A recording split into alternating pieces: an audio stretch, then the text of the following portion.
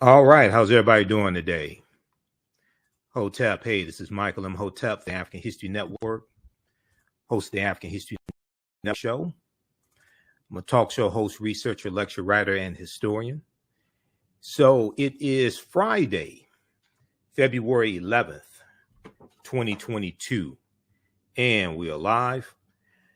So I wanted to come on and talk for a few minutes about the online class that I teach on the weekend, on Saturdays and Sundays, two of them, dealing with African history, African American history. We know this is Black History Month, African American History Month. So there's a 10-week online class that I teach called Ancient Kemet, the Moors, and the Maafa, Understanding the Transatlantic Slave Trade, what they didn't teach you in school. Okay. And Kemet, one of the original names for Egypt. This is a 10-week online class that I teach, and we deal with thousands of years of history and what leads up to the transatlantic slave trade taking place. So I'm going to do a brief overview of this 10-week online course. I do a PowerPoint presentation. We have book references, articles, video clips, all of that. All right. All right, so how's everybody doing today? Share this broadcast on your social media platforms. Invite your friends to tune in as well.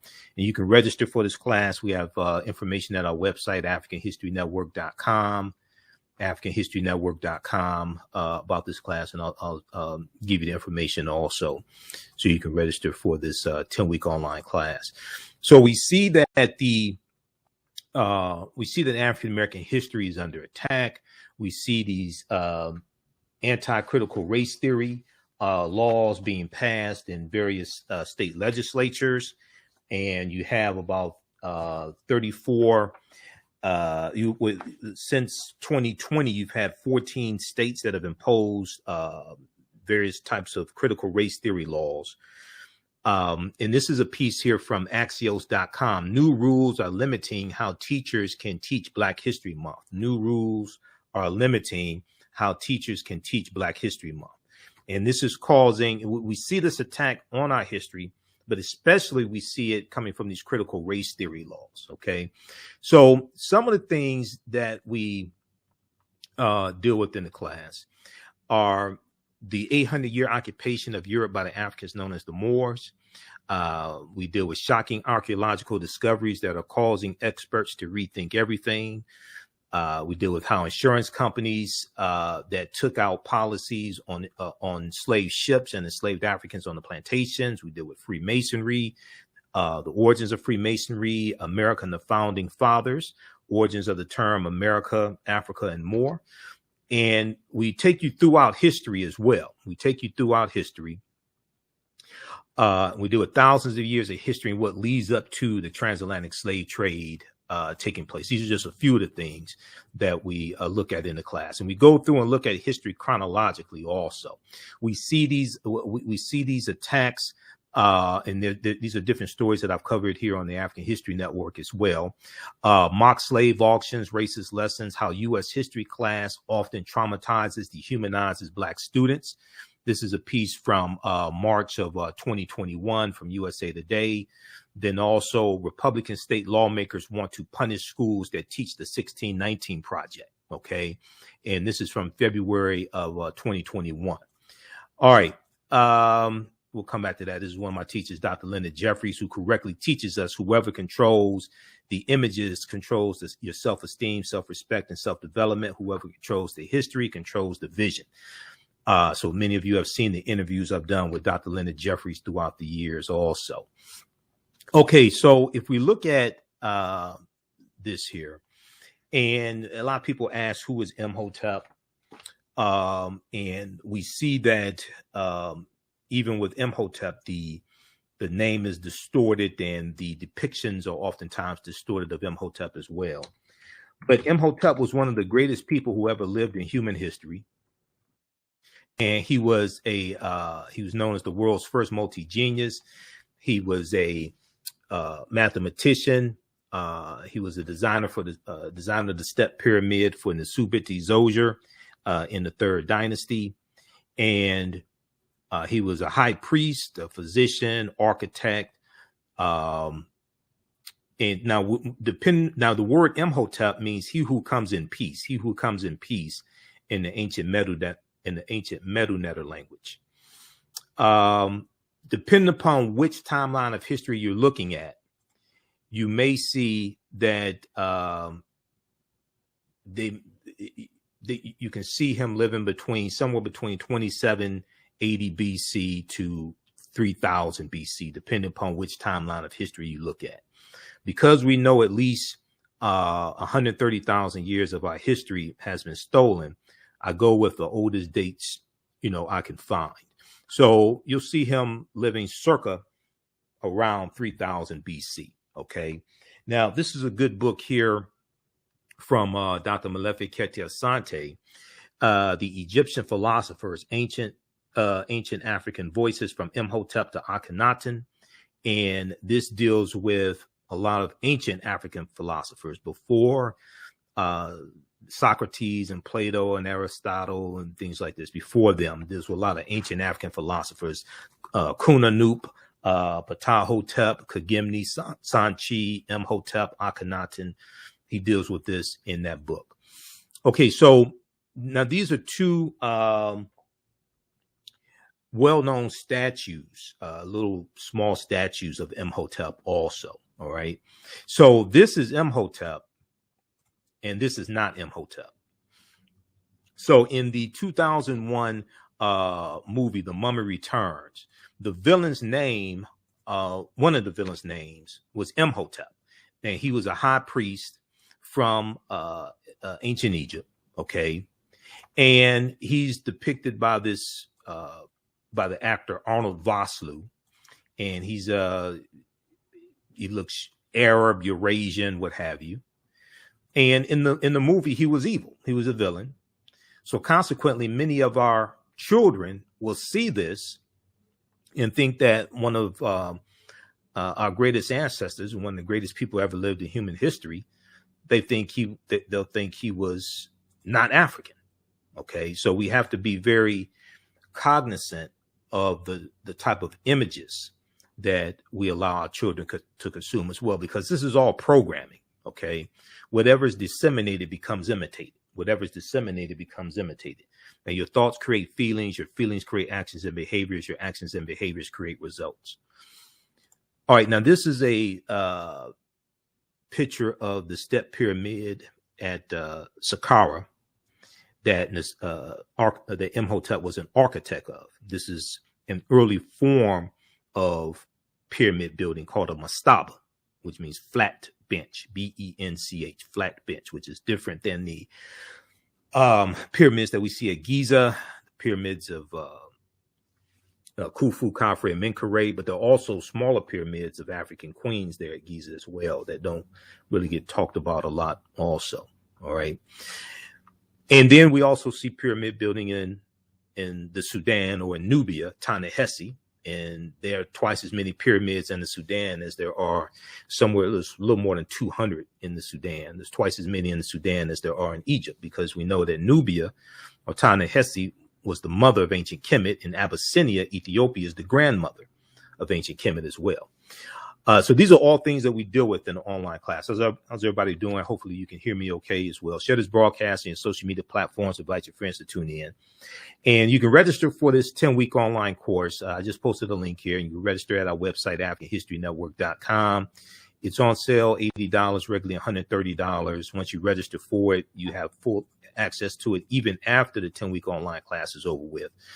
Ancient Kemet, the Moors, and the Maafa, understanding the transatlantic slave trade, what they didn't teach you in school. So I teach this on Saturdays, 2 p.m. to 4 p.m. Eastern Standard Time. You can visit our website, AfricanHistoryNetwork.com. You can register there. As soon as you register, you can watch last week's class. We have bonus content for you as well. On Sundays, I teach from the Civil War to the Civil Rights Movement and Black Power, 1865 to 1968. Which, at the same time, 2 p.m. to 4 p.m. And we have a bundle pack where you could register for both classes for only $120. They're regularly $130 each, so that's a $260 value for $120. We have bonus content you can watch on demand, and if you've taken any of my classes with me before, you'll get 50% off this bundle pack here. So email us at ahnshow@AfricanHistoryNetwork.com, and you'll get 50% off also. All right. And let me continue here. Let me put the email address up. Email us at ahnshow@africanhistorynetwork.com, and you'll get 50% off. So when we look at the Asar, Aset, and Heru, who the Greeks called Osiris, Isis, and Horus, the also known as the First Holy Trinity. And there's numerous sources on this. Tony Browder talks about this in Nile Valley Contributions to Civilization. We look at Christianity Before Christ by Dr. John G. Jackson. We look at the World's 16 Crucified Saviors by Kersey Graves. But Asar, Aset, and Heru, who the Greeks called Osiris, Isis, and Horus. And we're going to see that the Black Madonnan child was worshipped in Europe even before the Moors go in. And we're going to see there's still statues there all throughout Europe, Spain, and Portugal, and France of the Black Madonnan child. But that comes from Aset and Heru. Aset was known as the first queen of Kemet. Kemet, one of the original names of Egypt, meaning land of the blacks. She was the wife of Asar, Osiris.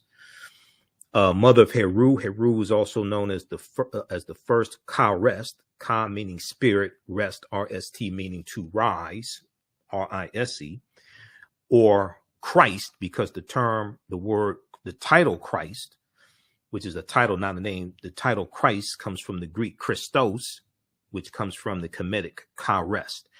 As you go through this history, and these are some of the things we deal with in the class, as we go through and look at this history, we see how these different civilizations were influenced by Africa, in ancient Africa, in the Nile Valley region of Africa. And Aset resurrects Asar after he's killed by his brother Set. Okay, in the mythology, his body's cut up into 14 pieces, and 13 of those pieces are recovered. The 14th piece is not recovered. It's the phallus. And she's going to erect a tekken, which the Greeks called an obelisk. And a tekken is a symbol of transformation and resurrection.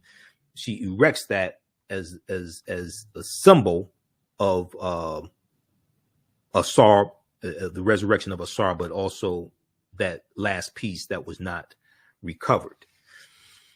And we see the tekken, we see that in Freemasonry, and we see that's also the Washington Monument.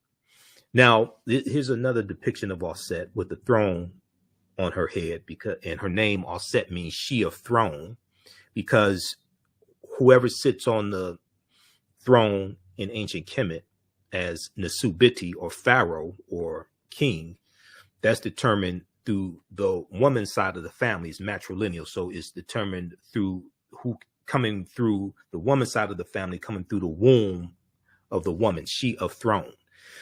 So Aset is associated with love and fertility, and we're going to see that the different deities, or the Neteru, okay, Neter for singular, Neteru for plural, these different forces of nature, these different manifestations of the one supreme force, one supreme being, we're going to see that they have different attributes. But also when we look at Venus and Aphrodite, and when we look at these different deities and amongst the Greeks and the Romans, etc., we're going to see they have different attributes as well. And we're going to see that many of them are going to be variations of the deities coming from ancient Kemet, ancient Egypt. So from Aset and Heru being born on December 25th, by virgin birth to Aset, and we see this in the mythology as well. From Aset and Heru, we get the Black Madonnan child and the worship of the Black Madonnan child that we see worshiped throughout Europe.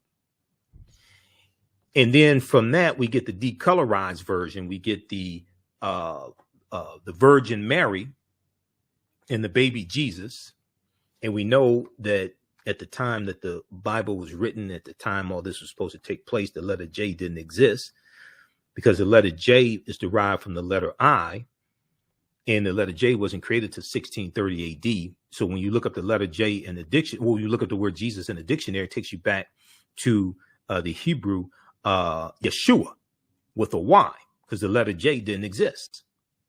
Okay. So one of the things that we do, we go through and we look at different languages. And as you go through and one, study the etymology of words, two, you start looking at different languages, you can start seeing how you start seeing the impact of historical events, and you start seeing as different ethnic groups and different groups of people interchange cultures. You're going to see an interchange of ideas, mythology, stories, language, customs, celebrations, all different types of things like this. And as you have a rise in the European phenotype coming out of the Dark Ages, going into the Renaissance era of the early 1500s, as you have a rise in the European, as you have a rise in the dominance of European powers, and they start to conquer people's land, enslave people, set up colonies and set up sugarcane plantations and all different types of things like this, and extract the mineral wealth out of people's land and use this to rebuild their own European nations that have been devastated by civil war and devastated by plagues and disease, things like this. Because, for instance, the bubonic plague, the Black Death, hits in spurts from 1347 to 1400. Europe is going to lose somewhere between a third to a quarter of their population.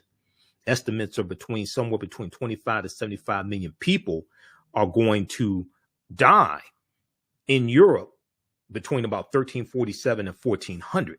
Okay, so when you go through, and one of the things we do, we look at the film, we look at the film Black Panther and see how the film Black Panther had African culture infused into the film.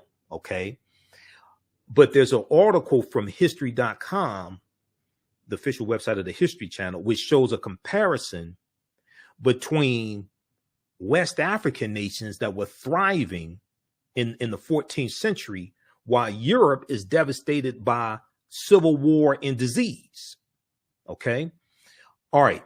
So how's everybody doing? Share this broadcast on social media platforms. Invite your friends to tune in. I'm Michael Imhotep, founder of the African History Network, host of the African History Network show. So I'm doing a brief overview of this 10-week online class that I teach. It teaches on Saturdays, from the Civil War to the Civil Rights Movement and Black Power, 1865 to 1968. You can register for this at our website, AfricanHistoryNetwork.com, and the link is also here in the thread of this broadcast. Next class is Saturday, February 12th. We do this on Saturdays, 2 p.m. to 4 p.m. Eastern Standard Time. This class just started up. And as soon as you register, you can watch last week's class. So we do the sessions live. All the sessions are archived and recorded. You can go back and watch it anytime, even a year from now. If you want to go back and watch the entire class, you can do that. Okay. So you'll still have access to it. The class is regularly $130. Is on sale $80. And you can use this with your children also. I would say the content is PG-13. All right. So I don't do a lot of cursing. It's not crazy. I don't call people racial epithets and things like this. All right. So I'm going to post a link here, and you can also register for the bundle pack, because you can register for both classes that I teach for only $120. And that's the regularly $130 each. Okay. All right. Let's continue here. We'll post a link here as well. All right. So some other things that I deal with in the class, and we go through and look at thousands of years of history. And we also deal with the African presence in the Americas going back at least 56,000 years ago. We look at what was the transatlantic slave trade. What were some of the events that led up to the transatlantic slave trade starting? And we go through and look at history chronologically. And we look at a timeline of history to really understand cause and effect, to really understand how different events lead up to the transatlantic slave trade taking place.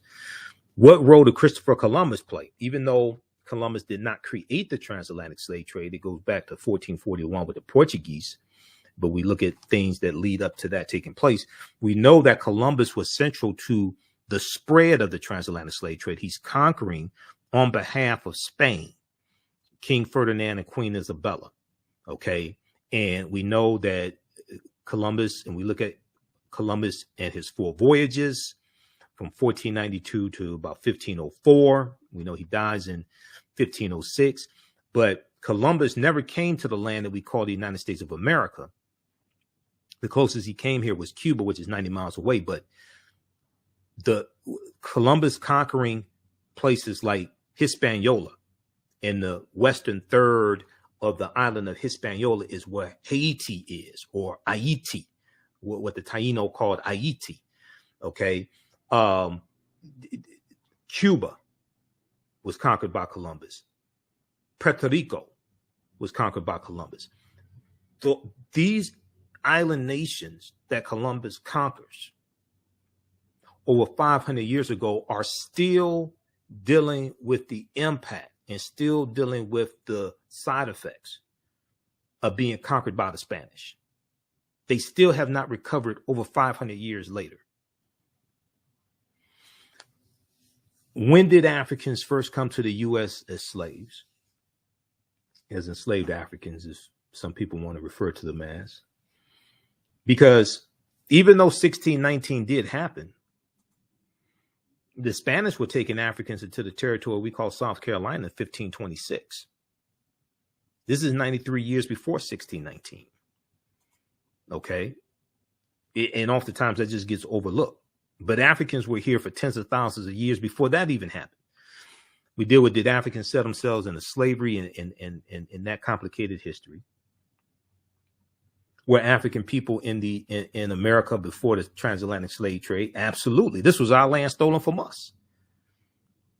And one of the books that I reference in the class, and you don't have to buy any of these books, is The First Americans Were Africans, Documented Evidence by Dr. David Imhotep, who's a friend of mine. I've interviewed him a number of times. So many of you have seen the interviews I've done with Dr. David Imhotep. We'll talk about his work in just a minute.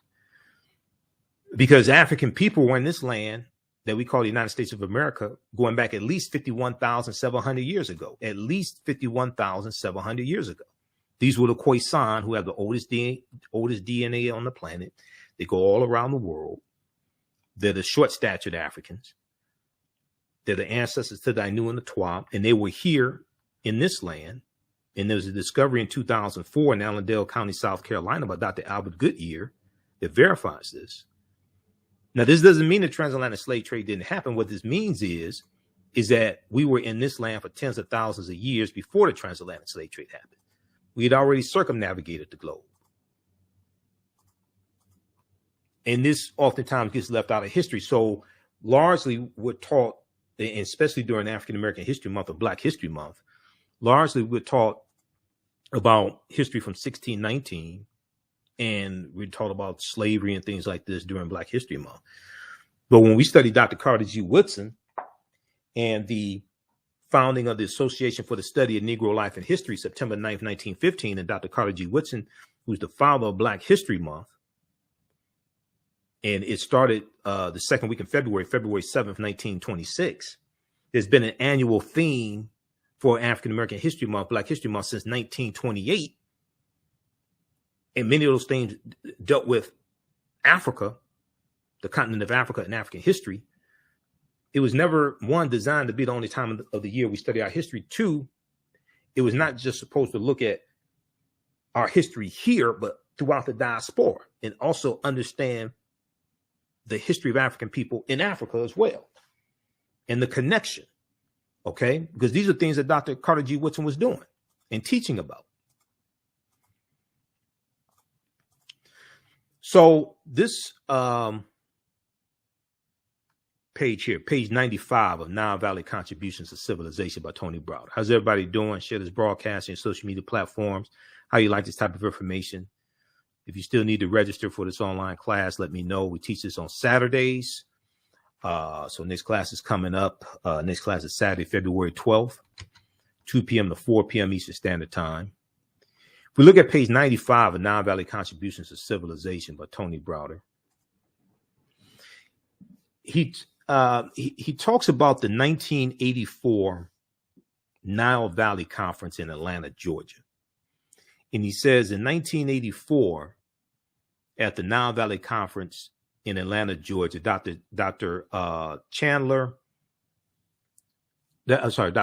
Kofer professor of Old Testament at the Interdenominational Theological Center in Atlanta, discussed the role of Egypt and Ethiopia in the Old Testament. He stated the following: in the King James and Revised Standard versions of the Bible, the word Egypt, or Mitzrayim in Hebrew, along with cognates, occurs some 740 times in the Old Testament. The word translated Ethiopia and or Cush, and Cush in Hebrew, along with cognates and including 3 instances of duplication in the references, appears 58 times in the King James Version. In this version, the translation Ethiopia is used 39 times. Cush, untranslated with cognates, 19 times. The numerous references to Egypt led one Old Testament scholar to remark, quote, no other land is mentioned so frequently as Egypt in the Old Testament, end quote. To understand Israel, one must look well into Egypt. To understand Israel, one must look well into Egypt. So Browder goes on to talk about the story of Asar, Aset, and Heru, who the Greeks called Osiris, Isis, and Horus. And he says Asar, Aset, and Heru is the first story in the recorded history of man of a holy royal family, the Trinity, Immaculate Conception, virgin birth, and resurrection. Evidence of this Trinity is known to have existed in ancient Nubia, Ta-Nehesi, Nubia, as late as 3300 BCE. So 3000 BCE, before the Common Era, before Christ. Evidence of this first Holy Trinity is known to have existed in Nubia as late as 3300 BCE. Carved on the walls of the Temple of Luxor, circa 1380 BCE, around 1380 BC, are scenes that depict the following. Now, this may go outside the circumference of some people's awareness. And once again, this is just a brief overview of the type of information that I cover in this 10-week online class.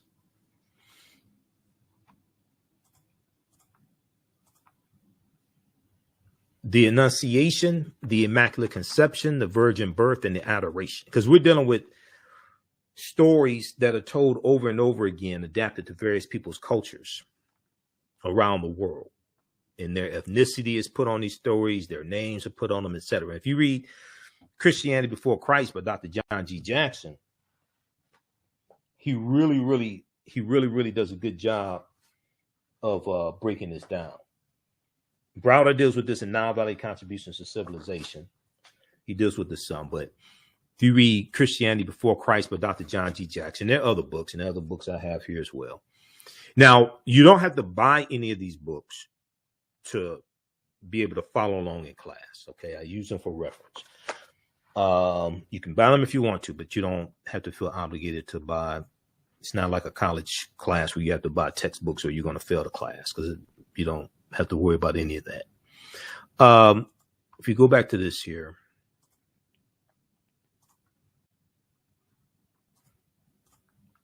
So number one, the Annunciation.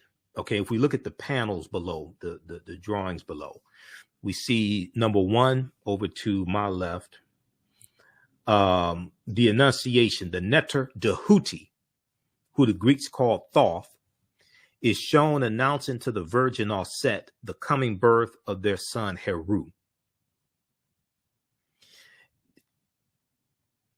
Number two, the Immaculate Conception.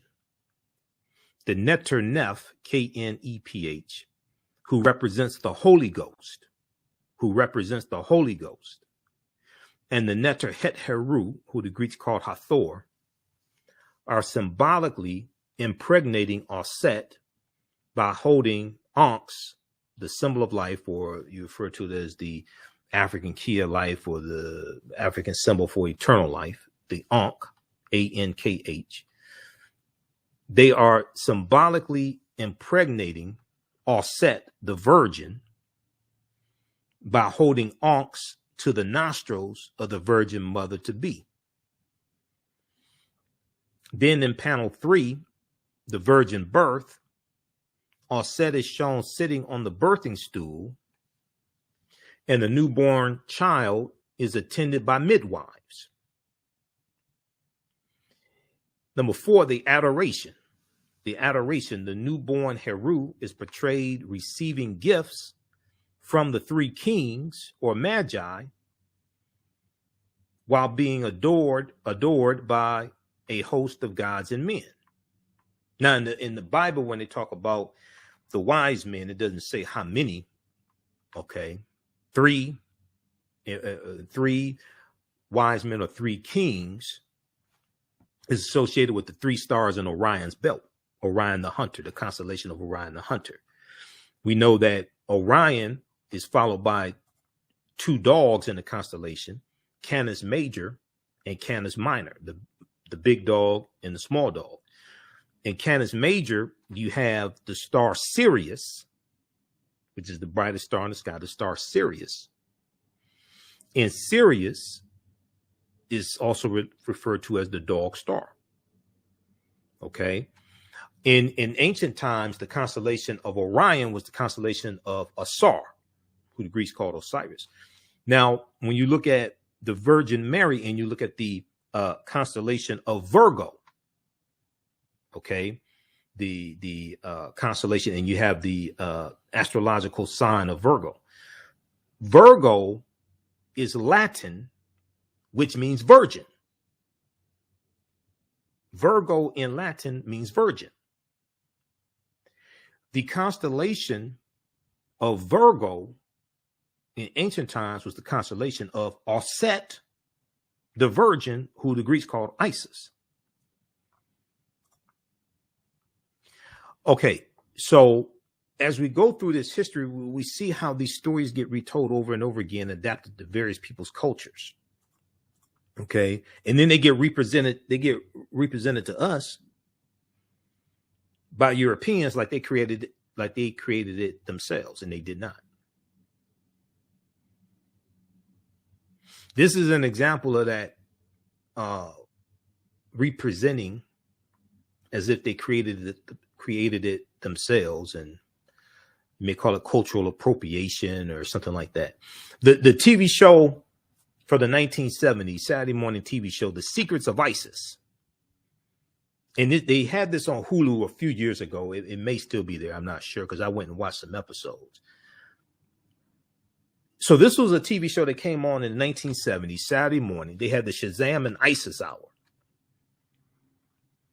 And I still have comic books from the 1970s that, because in the comic books, they would advertise the Saturday morning TV shows and the Saturday morning cartoons. This is before there was a comedy. This was before there was a Cartoon Network, all that stuff. We ain't had cable. Okay. So Saturday morning, all the new, this was when all the new cartoons came out, the Super Friends and all the new TV shows. Okay. For children, Saturday morning, they had NBC. And you'll see, they run the 1 or 2, they'll show the 2-minute little commercial, Schoolhouse Rock.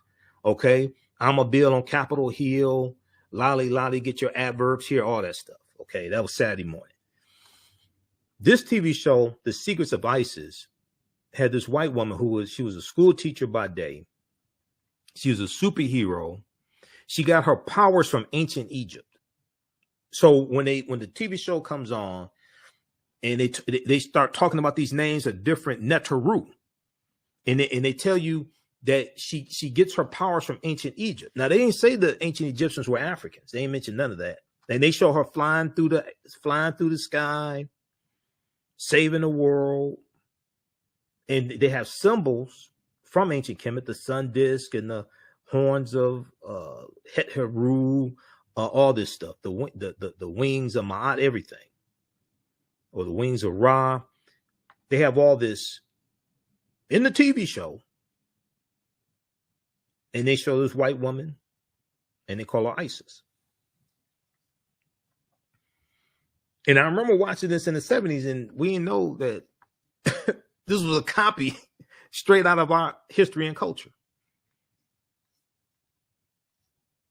This is the picture from the box, the DVD box set of The Secrets of Isis.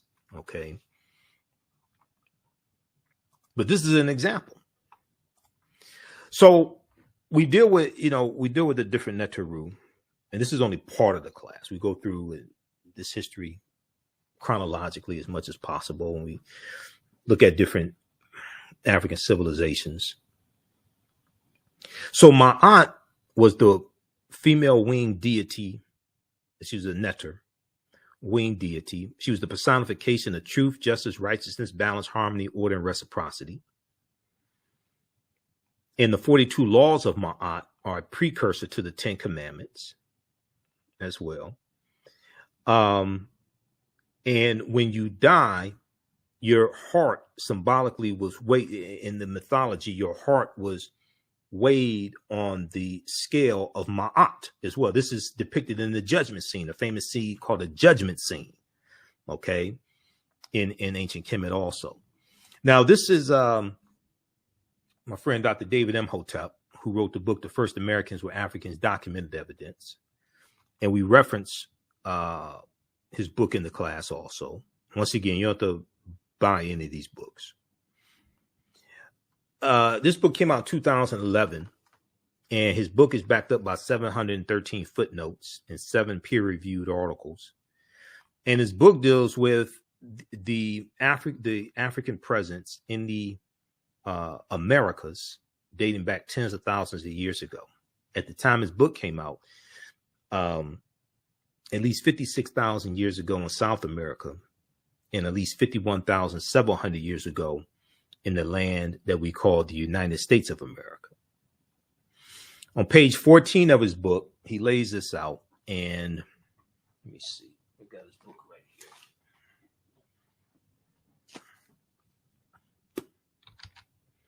So this is my copy of his first book. He has another book out that just came out in the last few months. The First Americans Were Africans, revised and expanded. The First Americans Were Africans, revised and expanded. And I interviewed him October 12th, 2021 about his new book. Okay. And he has a lot more information in there. I think he has something like 200 additional pages. I have to get a copy of that one. All right. So in 2004, there was a discovery made in Allendale County, South Carolina, by Dr. Albert Goodyear. Dr. Albert Goodyear is an archaeologist from the University of South Carolina. In some of the articles that I reference in the class dealing with archaeological discoveries, we'll see Dr. Albert Goodyear quoted in them, because we look at a number of different archaeological discoveries that have happened in the past few years that are causing scientists and archaeologists and paleontologists to rethink everything. 1, 2, to realize all of this is much older than they originally thought, and it's causing them to push the timelines back as well. But in Allendale County, South Carolina, in 2004, Dr. Albert Goodyear made this discovery, this archaeological discovery. They found 13 different types of evidence thoroughly documenting an African presence in the territory we call South Carolina, dating back at least 51,700 years ago. They found artifacts, architecture, campsites, carvings, Egyptian writings, footprints in lava, genetic M174D haploid groups dealing with DNA and genetics, linguistics, paintings, skulls, skeletons, structures, and tools.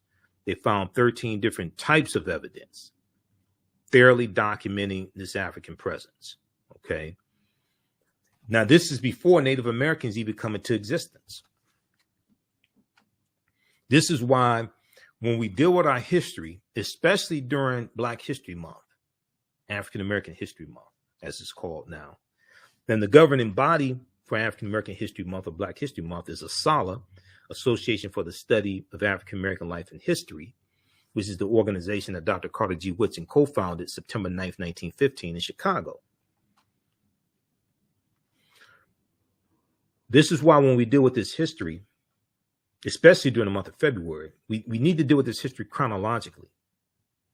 We can't start talking about our history in 1619 or 1526 or in 1776 or what have you. We need to deal with this history leading up to that. Because the worst thing we can do is think that we first came to this land conquered and shackled and chained, conquered by Europeans, because that's not the case. We were here before they even came into existence. We were here before they even came into, we were here in this land. I'm not talking about on this planet. We were here in this land that we call the United States. This was our land stolen from us. Yes, Native Americans were done wrong. And when you study Native Americans, the people who we call Native Americans are the offspring of the intermixing of Africans who were already here for tens of thousands of years and Asians who come here to this land about 3000 BC. They intermix in their offspring, or who we've been taught to call Native Americans. Because when you look at a lot of old black and white photographs of Native Americans, these were usually a dark-skinned people. They had dark skin, high cheekbones. Okay. These were usually a dark-skinned people. And then you're going to have also groups of Africans who are already here who get reclassified by Europeans. They get reclassified as Native Americans. Okay. But these were African people also. Now, this is not to say that Native Americans were not treated unfairly by Europeans and European settlers and the U.S. government, things like this. I'm not saying that. But to understand the existence of something, you must first understand the pre-existence of existence. As one of my teachers, Professor Kaba Hiawatha Kamene talks about. And actually, this book, this one right here,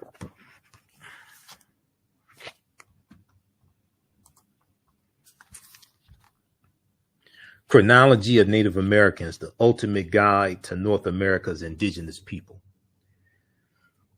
When you go look at old black and white photographs of Native Americans, these were usually a dark-skinned people. Once again, these weren't the very, very light-skinned, almost white-looking Native Americans that you will see represented, some of them represented today. That's not when you go look at old photographs of them. No, that's not how they look. All right. Let's continue. How's everybody doing? All right. Now, this is Dr. Albert Goodyear, archaeologist from the University of South Carolina. Here's a picture of him. He's a white archaeologist. This is an article from ScienceDaily.com from 2004, November 18th, 2004, 18 years ago. New evidence puts man in North America 50,000 years ago. New evidence puts man in North America 50,000 years ago. Now, this is a summary. This is about his discovery. This is a summary of the article. Now, this is not my summary. This is a summary from ScienceDaily.com, which is a scientific website. They have all types of different scientific breakthroughs and archaeological discoveries, things like this at ScienceDaily.com. Radiocarbon tests of carbonized plant remains. Radiocarbon tests of carbonized plant remains where artifacts were unearthed last May. It would be uh, May of May of 2004. Unearthed last May along the Savannah River in Allendale County by University of South Carolina archaeologist Dr. Albert Goodyear indicate that the sediments containing these artifacts are at least 50,000 years old, meaning that humans inhabited North America long before the last ice age. Humans inhabited North America long before the last ice age. So who are these humans? These were the Khoisan. An October 2012 genetic study published in Science magazine found that the Khoisan in southern Africa, also referred to as Bushmen, the Khoisan in southern Africa are the oldest ethnic group of modern humans, with their ancestral line originating about 100,000 years ago. The Khoisan, formerly called by the derogatory term Bushmen, are genetically unique, and no other currently known population had separated so early from our common modern human ancestor, according to the report. And there's a lot of information out there on the Khoisan that you can research. So we look at different archaeological discoveries, and I like to look at this early in the course to help lay a foundation to expand people's minds, because people come to the class with different levels of understanding of history. And a lot of these archaeological discoveries that I talk about, people are not really familiar with them. And these are just a few here. There's a lot more. I have over 200 slides for the course. This discovery came out in February of 2010. This is an article from the New York Times. On Crete, new evidence of very ancient mariners. On Crete, new evidence of very ancient mariners.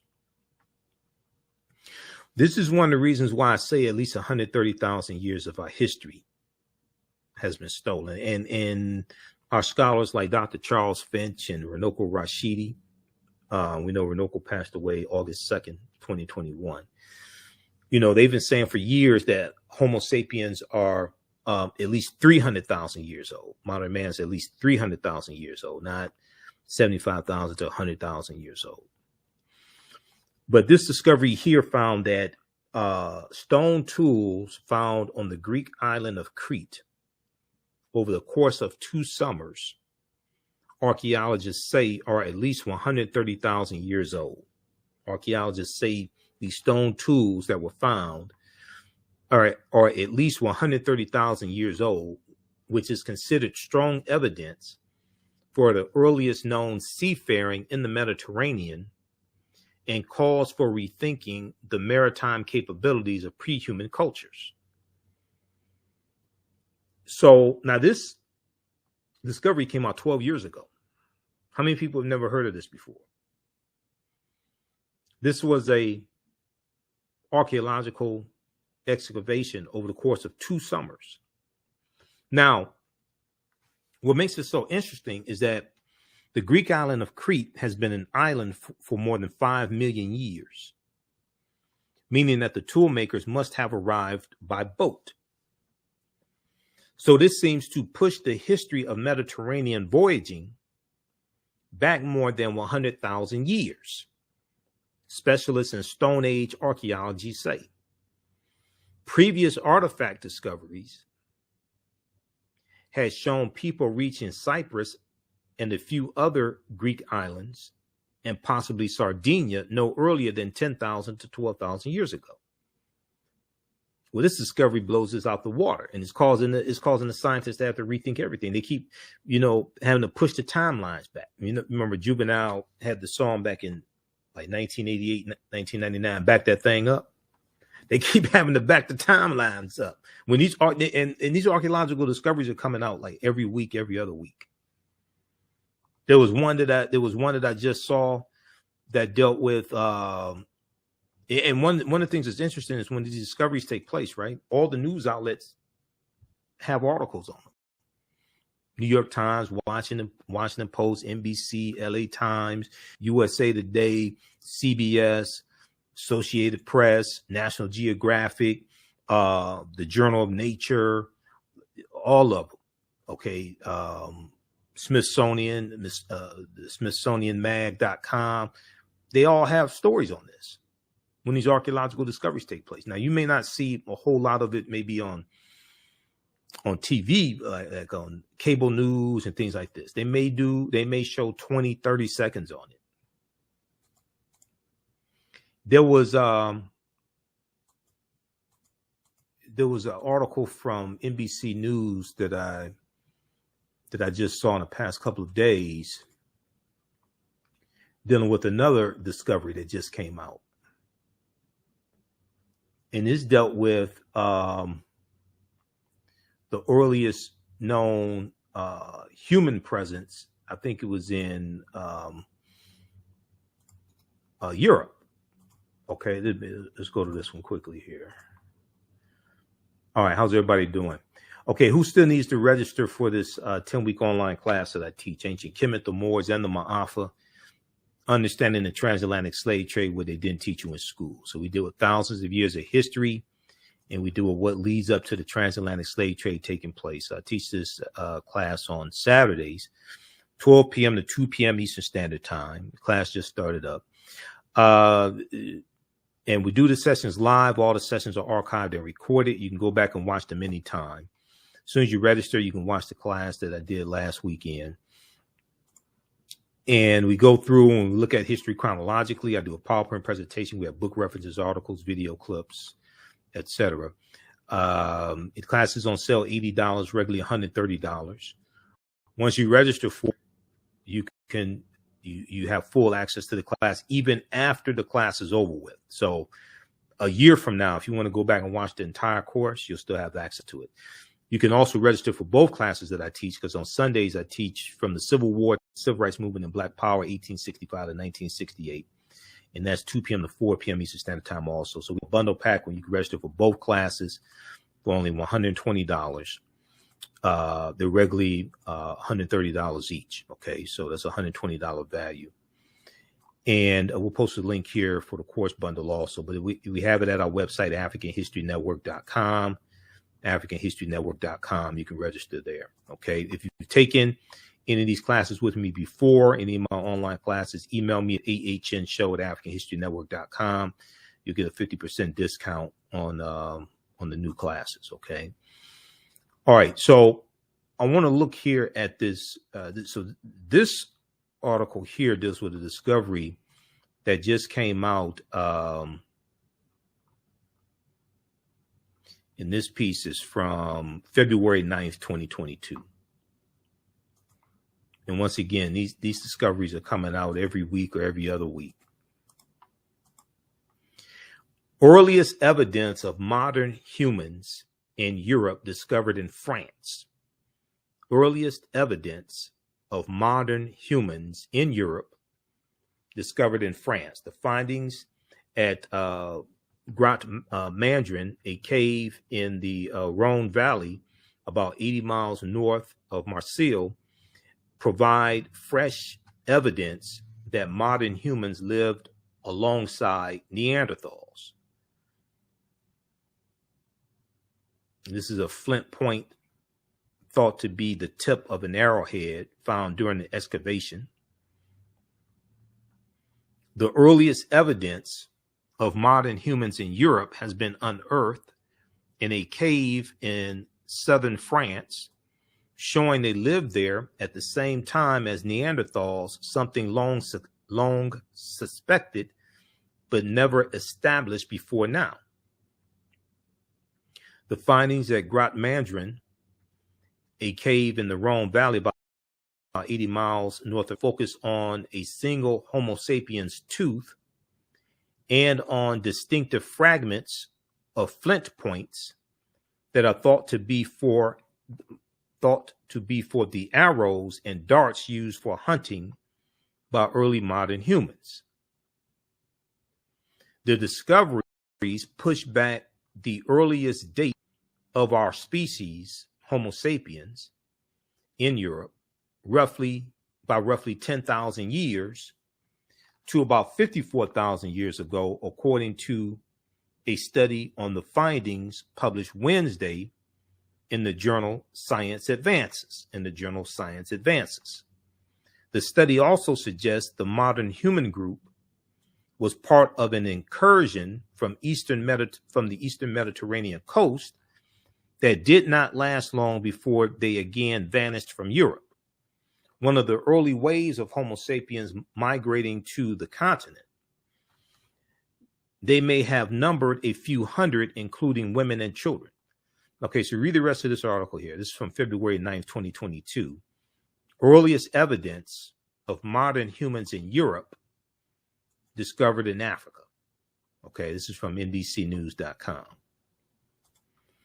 All right, so let's continue here.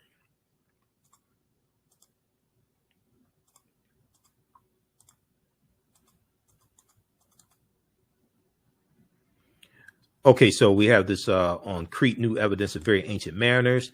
We look at other archaeological discoveries like the sunken Egyptian city, Tanis Heraklion, that was swallowed into the sea about 1,200. It was about 1,200 years ago. I think it's about 1,200 years ago, swallowed into the sea. 1,200 sunken Egyptian city reveals 1,200-year-old city. It's lost for about 1,200 years. The UK publication, the Telegraph, reports that 150 feet beneath the surface of Egypt's Bay of Abu Qir, they found 64 ships, 16-foot tall statues, 700 anchors, countless gold coins, and smaller artifacts. Now, this was a discovery that was revealed in April of 2013. The archaeologist who led the expedition, archaeologist Frank Gaudillo, estimates Tanis Heraklion was built around 8th century BC, Now, here is an example of some of the things that were found. These statues are found at the bottom of the sea. That's the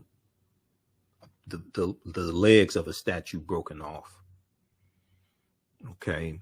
Now, some other things that we look at in the class, besides numerous archaeological discoveries, to get a better understanding of history and how it helps to really expand our minds also, these archaeological discoveries. We deal with the problem with slave movies. Why are we being bombarded with slave movies and slave-themed TV shows, even though the history of slavery is important, but movies dealing with African civilizations and us ruling nations and things like this, that gets left out. We don't see those depictions largely. This is one of the reasons why the film Black Panther did so well, because it wasn't another slave movie, and it showed African people ruling an African nation, even though it's fictitious, the African nation of Wakanda.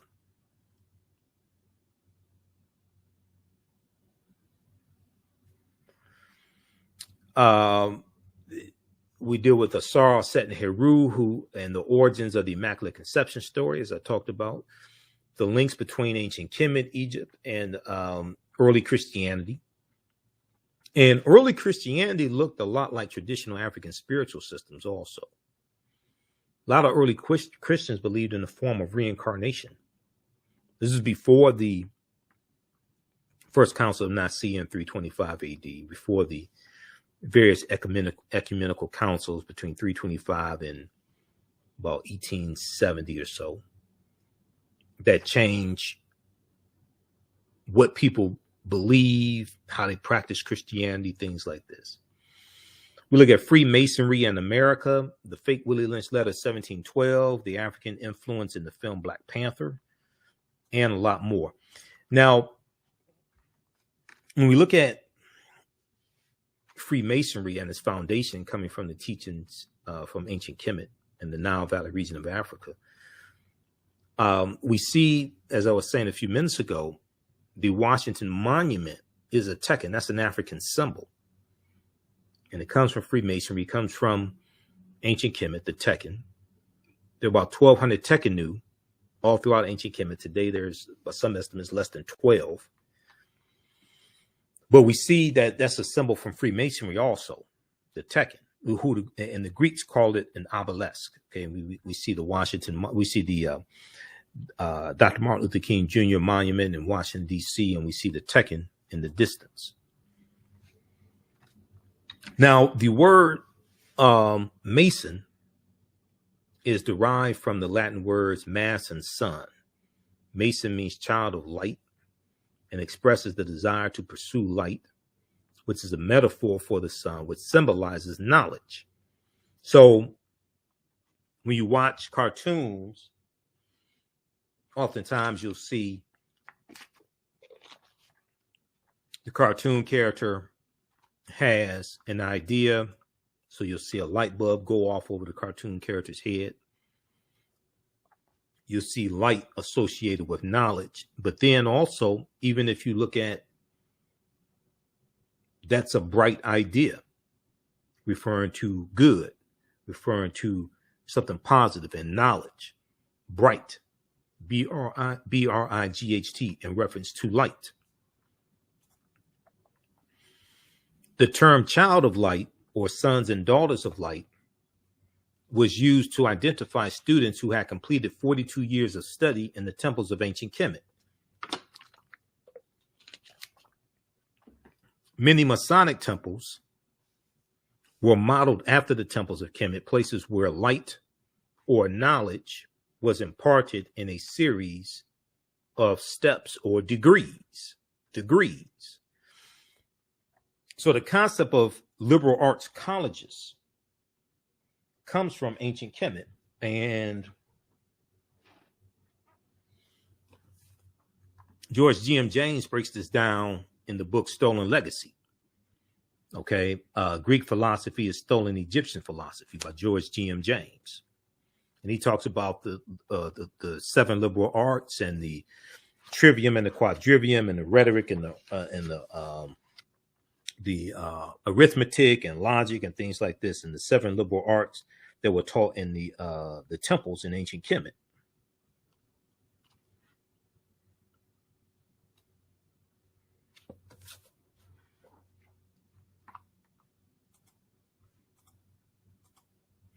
Okay, so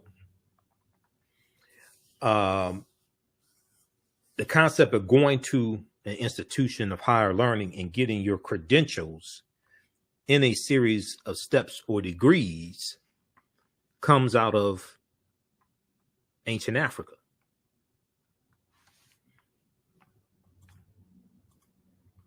This is what we were doing.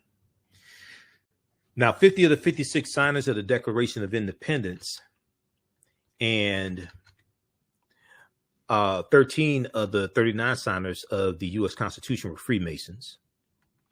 Okay, check out page 18 of Egypt on the Potomac by Tony Browder. We look at things like the Black Death, the bubonic plague that hits in spurts from 1347 to 1400. One of the worst plagues in history arrived at Europe's shores in 1347. 5 years later, some 25 to 50 million people were dead. Nearly 700 years after the Black Death swept through Europe, it still haunts the world as the worst case scenario for an epidemic called the Great Mortality, as it caused its devastation. This second great pandemic of bubonic plague became known as the Black Death in the late 17th century. Read this article here, The Black Death, from history.com, which is the official website of the History Channel. When we look at Mansa Musa, who became emperor of the Mali Empire in 1312 AD, and we look at Ghana, Songhai, and Mali, those 3 great West African empires. We deal with that in the class also. This article here from history.com talks about a comparison between Mansa Musa and T'Challa in the film Black Panther. Okay. In the vast fictional universe of Marvel Comics, T'Challa, better known as Black Panther, is not only king of Wakanda, and Wakanda is a real word. Also, it's an ancient word.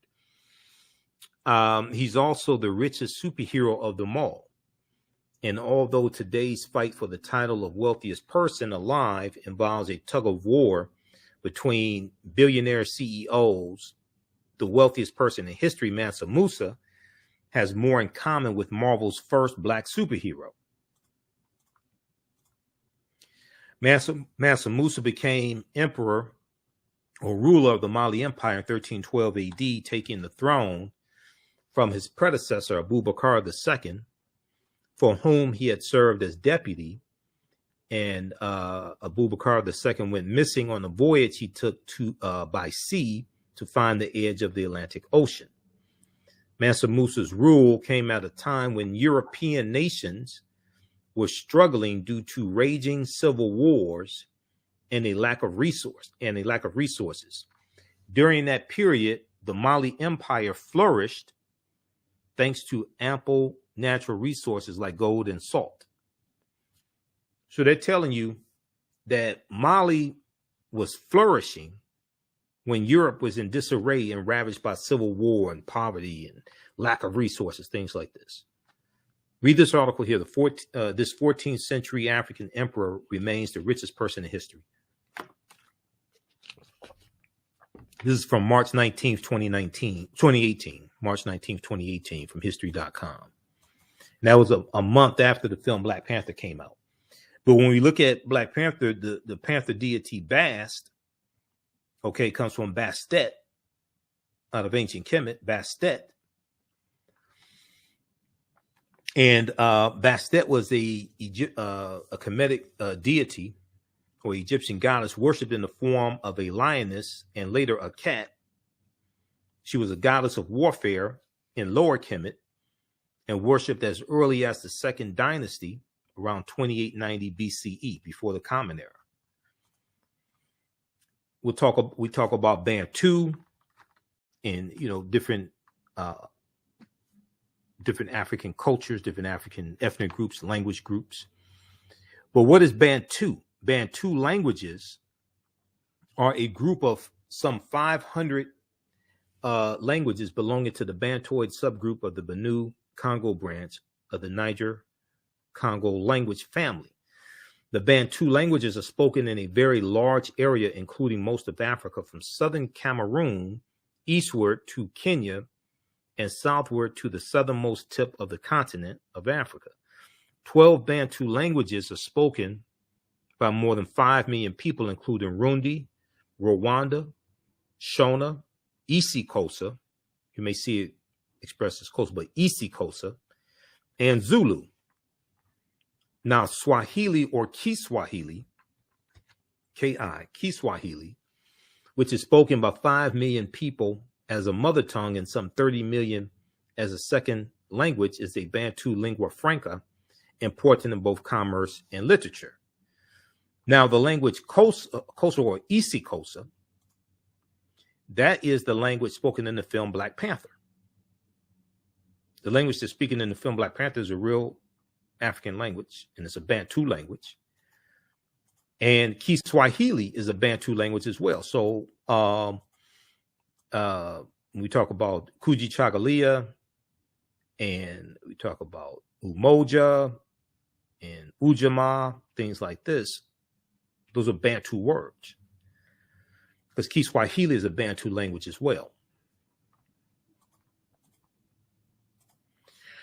What is Wakanda? So we see the word Wakanda in the Omaha Ponca Native American language, the Sioux Indian language. It means possesses secret powers. Possesses secret powers. It's also a Bantu word as well. Wakanda is a very ancient word. We look at different civilizations like Carthage and Hannibal Barca and the Battle of Cannae, 216 BC, things like this. The Kingdom of Great Zimbabwe, Namibia, Axum. Okay, so we look at different African civilizations as well to get a better understanding of this history and look at a chronology of history. And we definitely look at some of the history of the Africans known as the Moors, who go into the Iberian Peninsula 711 AD, and they're going to defeat the Vandals and the Visigoths, and they settle in the southern portion there of the Iberian Peninsula, today known as Spain and Portugal, and they call the area that they settle in Al-Andalus, which basically means to walk in a spiritual light or walk in a spiritual path. Al-Andalus. According to the Oxford English Dictionary, the Moors, as early as the Middle Ages and as late as the 17th century, were, quote, commonly supposed to be black or very swarthy, and hence the word is often used for negro, end quote. Early in the 8th century, after a grim and extended resistance to the Arab invasions of North Africa, the Moors joined the triumphant surge of Islam. Following this, they crossed over from Morocco over to the Iberian Peninsula, today known as Spain and Portugal, and Spain and Portugal is right above Morocco, where the Moors are going in. Iberian Peninsula, where their swift victories and remarkable feats soon became the substance of legends. So once again, just keep in mind, this is just a brief overview of some of the things that we cover in this 10-week online class. Okay, I'm just skimming the surface here. So you can register for this online class, and I'll post a link again at our website, AfricanHistoryNetwork.com. AfricanHistoryNetwork.com. And we'll post a link here again also.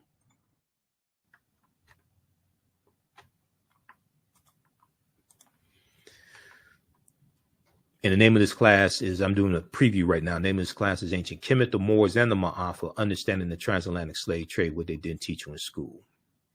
So in July 710 AD, Common Era, with 400 foot soldiers and 100 horses, all Berbers, Tarif successfully carried out a mission in southern Iberia. Tarif, an important port city in southern Spain, is named after him. And it is clear, however, that the conquest of Spain, so there was a reconnaissance mission in 710 AD to get the lay of the land and see what they were up against. And then they actually really invade in 711 AD, led by Tariq ibn Ziyad. It is clear, however, that the conquest of Spain was undertaken upon the initiative of Tariq ibn Ziyad. Tariq was in command of an army of at least 10,000 men. Here's a depiction of Tariq. In 711 Common Era, the bold Tariq crossed the straits and disembarked near a rock promontory,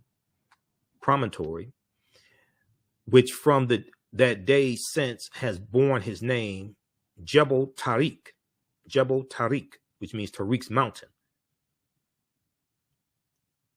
We know it as Gibraltar, also referred to as the Rock of Gibraltar. Gibraltar, that mountain Gibraltar, is named after an African man, Tariq ibn Ziyad.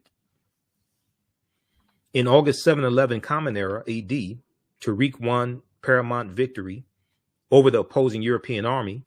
On the eve of the battle, Tariq is alleged to have aroused his troops with the following words: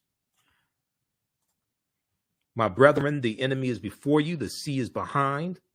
Whither would ye fly? Follow your general. I am resolved either to lose my life or to trample on the prostrate king of the Romans." End quote. Wasting no time to relish his victory, Tariq pushed on with his dashing and seemingly tireless Moorish cavalry to the Spanish city of Toledo. Within a month's time, General Tariq ibn Ziyad had effectively terminated European dominance of the Iberian Peninsula. This is an excerpt of a fantastic article that Runoko Rashidi wrote for AtlantaBlackStar.com from June 1st June 1st, 2014. And I interviewed Runoko about his book, Black Presence, the African, Black Star, the African Presence in Early Europe. And we talked about this article also. Moors, Saints, Knights, and Kings, the African Presence in Medieval and Renaissance Europe. And that book is one of the books that we use in the class as well. Okay. These are two books that I referenced. Now, this is by Runoko Rashidi. Black Star, the African Presence in Early Europe by Runoko Rashidi. Fantastic, fantastic book. Has a lot of pictures of him in Europe showing things like the Black Madonna and Child, things like this. This is page 90, showing statues of the Black Madonna and Child that he took. He took these pictures in Switzerland, Poland, Spain, Madrid, Spain, Luxembourg City, Luxembourg. And then also this book here, Golden Age of the Moor, edited by Dr. Ivan van Sertima, but Runoko Rashidi has a essay in here, and Dr. Jose Pimenta Bay and Jan Carew and Dr. Wayne Chandler, they all have essays in this book. This is one of the best books, dealing with the history of the Moors, Golden Age of the Moor.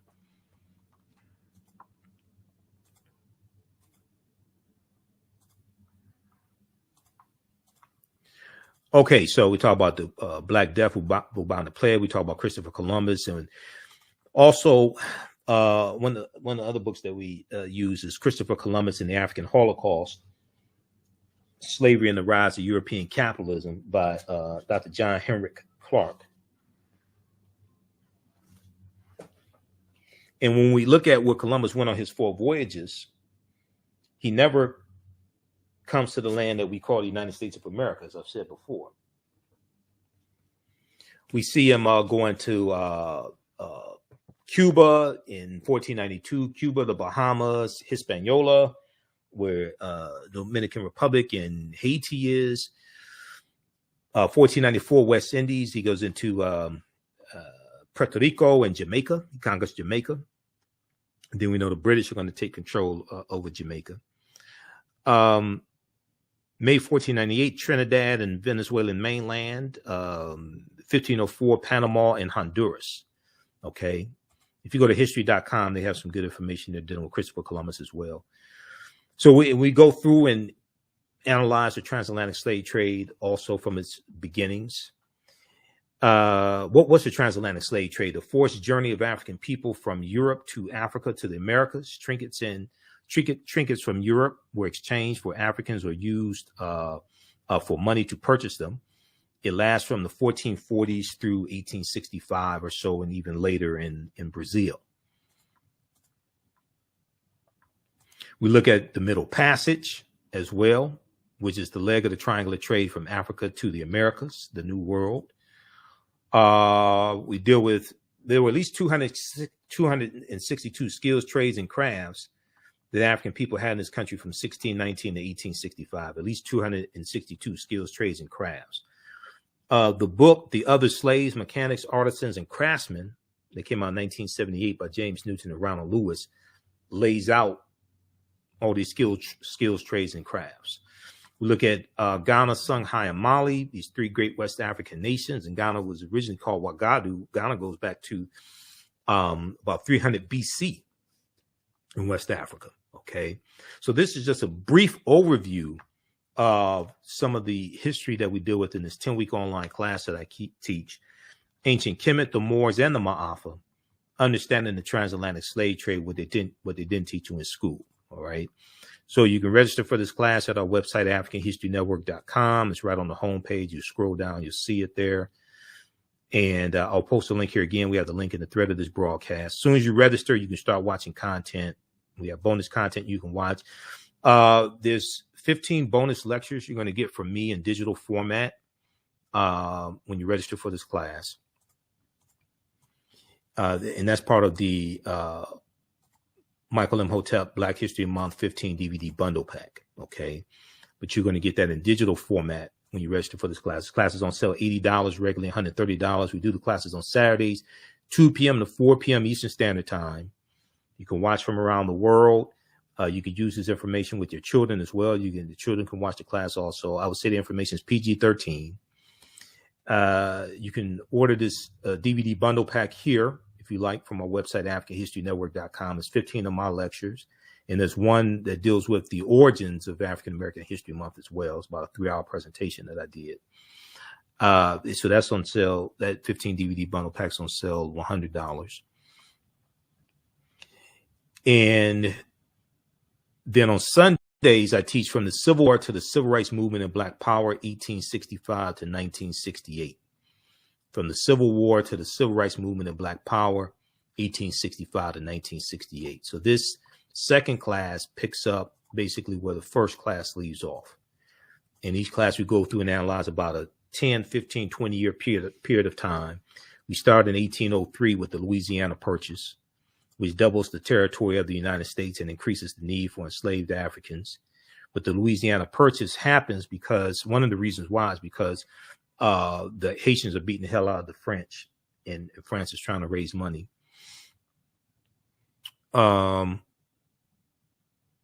So we have this class also as well. And when we look at the Civil War, Reconstruction, 1865, 1877, Jim Crow era, World War I, World War II, the Great Migration, 1915 and 1970. We look at the Civil Rights Movement and Black Power Movement. So both classes are on sale, $80 each. They're regularly $130 each. We have a bundle pack, and you can register for both classes for only $120. And once again, once you register for the class, you have access to it for forever, basically. So a year, 2 years from now, if you want to go back and watch the entire course, you'll still have access to it. Okay. So you can watch it at your own pace. You don't have to be present in class. In class, I do it virtually at our online school, but you see me, I don't see you. So you don't have to worry about, you can watch wearing pajamas and a bonnet or whatever you want to do. If you've taken classes with me before, my online classes with me before, email me at ahnshow@AfricanHistoryNetwork.com. You get a 50% discount on the new classes and the bundle. Okay. Email me at ahnshow@AfricanHistoryNetwork.com. But I do a PowerPoint presentation. We have book references, articles, video clips. So you're going to learn a lot. It'll keep you engaged. All right, look, we have to get out of here. Remember, the African. Also, if you like this type of information as well, you want to support the African History Network, $ the AHN Show through Cash App, $ the AHN Show through Cash App, also through PayPal, paypal.me/the AHN Show. We have the information right on the homepage of our website. And be sure to watch my show and listen to my show Monday through Friday, 11 p.m. to midnight Eastern Standard Time, Sundays, 9 p.m. to 11 p.m. Eastern Standard Time, the African History Network Show. I'm on 9, 10 a.m. the Superstation WFDF. And we broadcast on our social media platforms also when we're live on Facebook, the African History Network, YouTube, Michael Imhotep. You can listen to audio podcasts here or wherever you get your audio podcasts from. Search for the African History Network Show. And you can download the iHeartRadio app and search for the African History Network Show there, because we have a page. We have a channel on iHeartRadio. And you can listen to 9, 10 a.m. WFDF. You can listen to that station live through iHeartRadio also. All right, we have to get out of here. Remember, the African History Network, we focus on educating, empowering, and inspiring people of African descent throughout the diaspora and around the world. Because right now it's correct wrong behavior. It's not over till we win. Wakanda forever.